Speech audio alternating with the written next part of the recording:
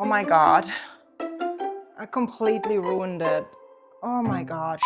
Miss. How did I end up here? Well, let's start from the beginning. Coats, purses, umbrellas. I have too much of everything and I need a place to store them. So today, let's build something. Follow me and lass uns anfangen. Of course, I'm looking for it to be affordable, so I have two different options. I have this cherry lumber, it's about 1 inch thick, so I can build it out of this, or I can go with the little bit more expensive route. I have still a piece of walnut live edge left over from a different project. So debating which one should I use. This one, if I use that, I would take the bark off, sand down the wood and cut it straight on the bottom and keep it just like that then. And if I'm using the cherry, I was thinking of putting the same pattern on it that I used for the couch table. It was those tropical looking leaves that I filled in with green resin. Actually, if I think about it, I think I like that idea because I like the fact that if you build something yourself, you can just match it to items that you made in the past that you really liked. So I'm going to do that, and it's going to look like I've meant to build it years ago. Oh, and you will also need a metal rod. This metal rod I got from Home Depot for, it's 5/16 by 24. It was like around $3, something like that. Let's start this project by cutting this lumber to size.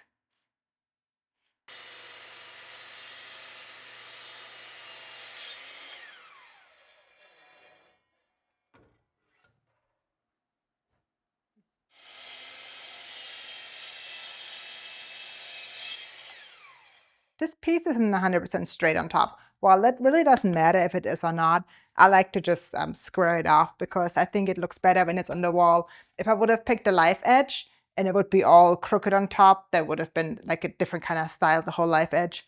But as for that, I think I like it straight. So I'm gonna just run this over my saw real quick.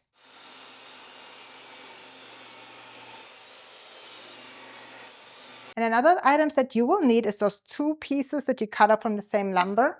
They will be glued on in the back eventually. I will show you later why. And then just another piece of scrap wood. You won't see that it's actually behind the whole mechanism here. It will be attached just like that. Also make sure that those pieces, you cut them the same height as those before you glue them on onto the sides. To get this pattern on the lumber, I'm using my CNC machine, and then I will fill it in with resin.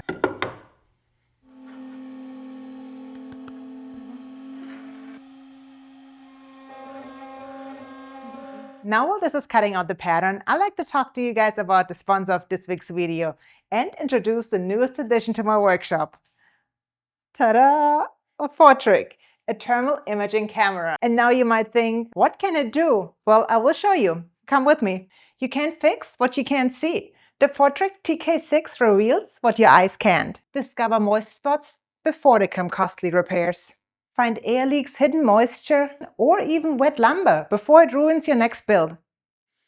The camera also includes picture-in-picture and thermal blending modes to help identify issues in context. Overheating bearings, overloaded circuits, failing motors. Spot problems before they come in expensive repair. The TK6 features a true infrared sensor, manual focus, and high thermal sensitivity for detailed inspection. It is lightweight, rugged, and gives professional-grade thermal imaging. The TK6 comes with a 3.5-inch touchscreen and with over 4 hours of battery life. Cool. This is my little swamp cooler for the garage. And as you can tell, down here in the bottom is the water reservoir. Sometimes it gets so dusty, you can even look in the front to see how much water is in it. So let's see if the TK6 can tell me that there's moisture inside of here. And you can tell, you see the bottom, it's blue. That's so awesome. You can totally tell that there's water inside of it. This is going to be so helpful for other applications as well. And I just found out why my water bill is so high. I found a pool leak. Whether you are a woodworker, contractor, DIYer, or electrician, stop guessing and start seeing. The Fotric TK6 changes the way you inspect everything. As you can tell, the pattern cut out beautifully, and now it's time to fill it up with resin. And I don't think we will need much because I didn't cut it very deep. It's only 15 millimeters deep, so I think that's about half. I should have measured that. I like to be exact with my measurements on resin because I've had it happen that it did not dry before. Also, usually what I like to do is to mix the resin first and then add the mica powder, but it's so little. I don't think it matters. Oh, I never remember. Is it black that goes on here? I always switch the caps by mistake, and then they stick to the bottle. All right, let's mix. Grain patterns dancing like a river in the sun. She won't stop the motion till the job is done. She won't stop the motion till the job is done. Oh, Mike sanded down to the bone, a master in a world that she calls her own. From the rough cut edge to the silken sheet, the hardest working hands that I've ever seen. Cherry red and the forest green. Oh, she's the heart of the workshop, the work-workling queen. The work-workling queen. Now I'll let this dry overnight and then come back tomorrow. As you can tell, the resin has fully dried. Now it's time to sand it smooth before we cut it. And you know what that means. Let's have some fun with it. Grain patterns dancing like a river in the sun. She won't stop the motion till the job is done. She won't stop the motion till the job is done. Oh, Mike sanded down to the bone, a master in a world that she calls her own. From the rough cut edge to the silken sheet, the hardest working hands that I've ever seen.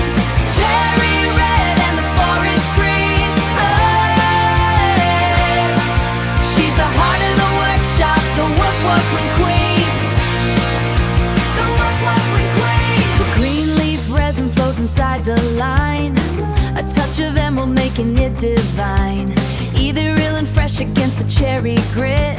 Every little curve, she's the one who fits it. The board is nice and smooth now, and all the extra resin has been removed. Now it's time to cut the board into the pieces that we need. First step is to figure out how I want the distances to be. Obviously, I'm going to have a thick piece and a thinner piece. So I played around with the sizes a little bit, and I think the size I like the most is to have the thicker part be 5 centimeters, and then for the thinner part, I take a little bit out of it, which would make it about 3 centimeters. So to mark the size, I put a piece of lumber right here. This is going to be for my 5 centimeter cut. So I'll just butt the wood up here, have my 5 centimeter cut. And then for the smaller ones, I put this in here and then butt the wood on there to get the shorter cut. So let's do this interchangeable, 1, 5, 1, 3, 1, 5, 1, 3. And yeah, I hope I like it before I change the numbers again. Okay, funny, not so funny. I was just talking to myself. I totally forgot to press the play button and was talking to you guys about how to do the first cut. And as you can tell, I already did the first cuts, so my bad. Anyway, since I already did the first cuts, I can show you what I'm about to cut. I cut the first piece off at 5 centimeters, the second one at about 3 centimeters. And yeah, it will be hung up like this, and then you open it and hang the coat right on there. Boop, boop, boop, boop. So let's do it again, 5 centimeters first. Make sure you turn on your dust extractor because we do work with some resin here, and wood dust is already bad enough, but resin dust I think is even worse. So let's do the dust extractor.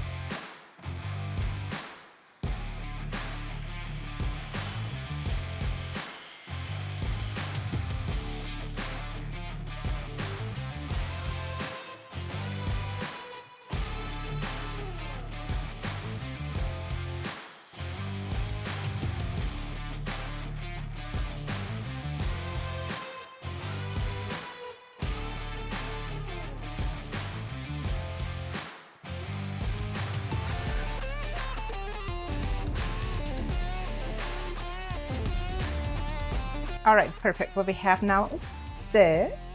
Yep, looks so pretty. Now, next step is to, first of all, cut those pieces with a 45-degree angle. I cut this off right here. So once we put the plate in the back and we push this down, it actually comes down enough to a 45-degree angle. And then after we do that, we have to figure out exactly where to drill those holes. So the swivel point at the correct location. I think that's going to be the most difficult part of the whole project because I don't know exactly where to put it, but yeah, we'll figure it out in a second. I did cut a little piece of 45-degree off. Now I'm trying to figure out the pivot point. So in my mind, I'm not really sure if I'm doing this right. I would put this up on here till it hits the floor, and right here on this corner, that would be my pivot point. So I'm just gonna take a ruler and make a mark up here, and then the pivot point needs to be on this set. I'm gonna mark this if I find a pencil. If I find a pencil. Oh my God. This is getting old. Find one.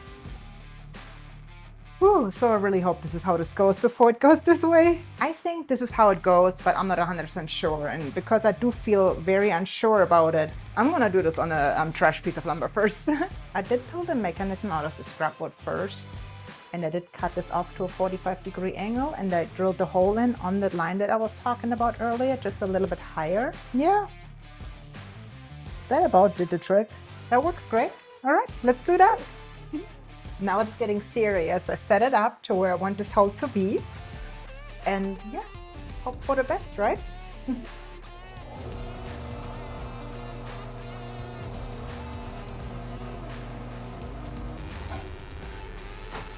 First hole, a few more to go.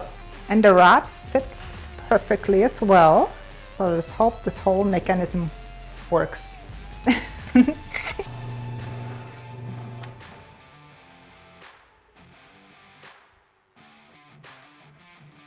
So I got it angled here, so it sits flush with the wall, somewhat flush. It's not 100% flush, but it's acceptable. And then for up here, I cut a little bit of an angle as well. I'm gonna round this over. So if you have a jacket or anything, you can just slide it over very nicely. So I'm gonna round this a little bit just to take the sharpness off on every single piece. So this is the outside piece. I'm gonna glue this right on here and cut this to size. So the side view from the whole hanger, you can see the back plate. So that's covered. So all you're gonna see is this from the side on each side. So I glue this on this side, and I have one for the other one as well.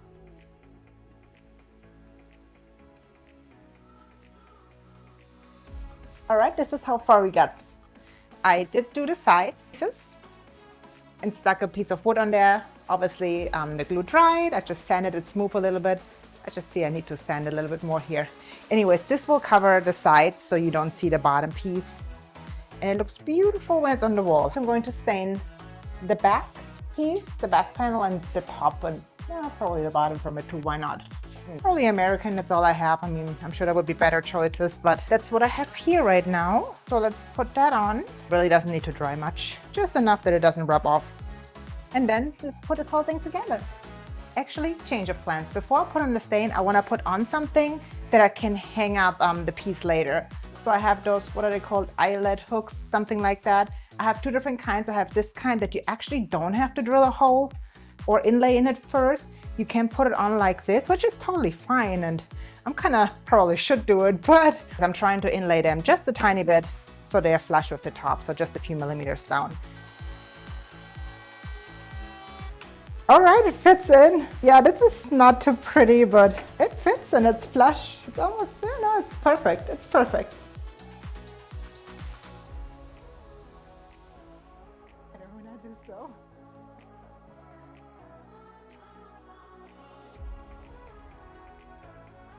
To attach it to the piece, I'm using 1 1/4 inch stick screws. Not that it needs stick screws, but I have them here. I'm gonna put a piece of paper in between all of them, so they have equal spacing. Really double those and then put it in between the gaps.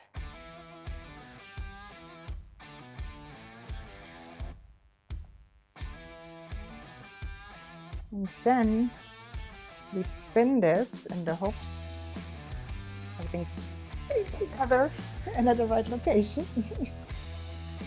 Okay, actually we're gonna pre-drill and countersink first. Make sure you only drill it in the thicker pieces. Make 2 holes in each. You don't want to drill it into the smaller pieces because obviously you want them to lift away from that board.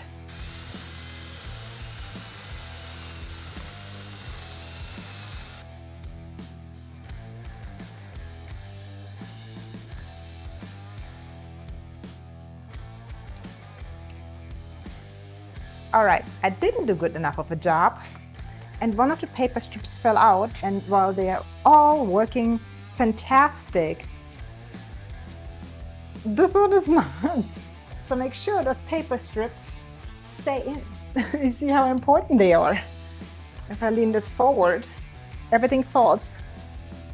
But this one, I could just, instead of taking the whole thing apart, go in and see if I can just sand the edges a little bit. It seems to be mainly hanging on those. And yeah, that should probably help. Let's do that before we put on the finish. For the finish, I will be using teak oil. Just gonna rub on a layer, let that dry. It usually dries pretty quickly. I'm gonna go over with a piece of cloth real quick and take off all the dust, and then I'm gonna put on a layer of the teak oil. Let's see how it works. I don't know, like people always say putting on the finish and having the grain pop is the best part about the build.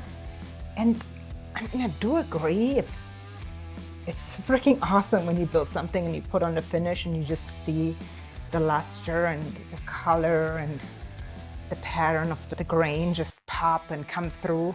And I just don't like putting it on. I mean, ugh, I'm already over this. Okay, I'm really going crazy with this finish now. And it's starting to get a little bit sticky because it dries so fast. This is just a sticky mess right now. This is not a nice, simple wipe-on finish. Not a fan, not a fan. Okay, I'm just gonna let this dry like that now and see what happens.